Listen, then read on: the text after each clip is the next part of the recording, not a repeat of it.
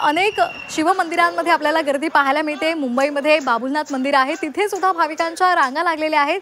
त्या संदर्भातली माहिती जाणून घेणार आहोत आमच्या प्रतिनिधी सीमा आढे यांच्याकडून। सीमा, आपण बाबुलनाथ मंदिरामध्ये आहात, मुंबईकर सुद्धा मोठ्या प्रमाणात या मंदिरामध्ये आलेले आहेत, कशा पद्धतीचं वातावरण पाहायला मिळतंय?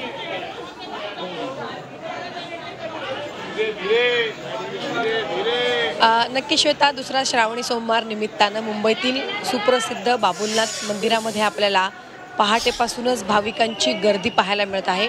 सध्या मी गाभाऱ्यामध्ये उपस्थित आहे आणि त्या ठिकाणची ही लाईव्ह दृश्य सध्या आपण प्रेक्षकांना दाखवतोय आणि या दृश्यांच्या माध्यमातून आपण बघू शकतो की किती मोठ्या प्रमाणात भाविकांची गर्दी ही या ठिकाणी झालेली आहे। एकच जयघोष आपल्याला या ठिकाणी ऐकायला मिळतोय। खरं तर श्रावण महिन्यामध्ये बाबुलनाथ मंदिरामध्ये भाविक हे मुंबईतूनच नाही तर इतर ठिकाणाहून सुद्धा या ठिकाणी येत असतात दर्शनासाठी। गाभाऱ्यामधली ही दृश्य आहे, इथे तर गर्दी आहेच, मात्र बाहेर सुद्धा मोठ्या प्रमाणात लांबच लांब रांगा लागलेल्या आहेत। लहान मुलं असतील, तरुण असतील, वरिष्ठ नागरिक असतील, मोठ्या प्रमाणात या ठिकाणी दाखल झाल्याचं आपल्याला या दृश्यांच्या माध्यमातून पाहायला मिळत आहे।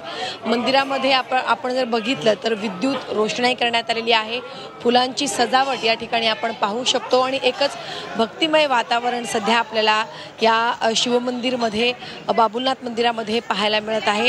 इथे आपण बघितलं तर मोठ्या प्रमाणात जे वरिष्ठ नागरिक आहे ते गाभाऱ्यामध्ये आपल्याला दाखल झाल्याचं पाहायला मिळत आहे।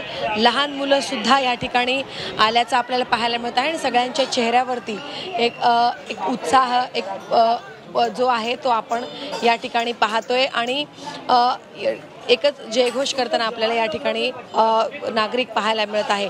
खरं तर पहाटेपासून तर आपण या ठिकाणी भाविकांना बघतोय, दिवसभर ही गर्दी कायम असल्याचं पाहायला मिळत आहे। श्वेता, अगदी धन्यवाद सीमा दिलेल्या सविस्तर माहितीसाठी।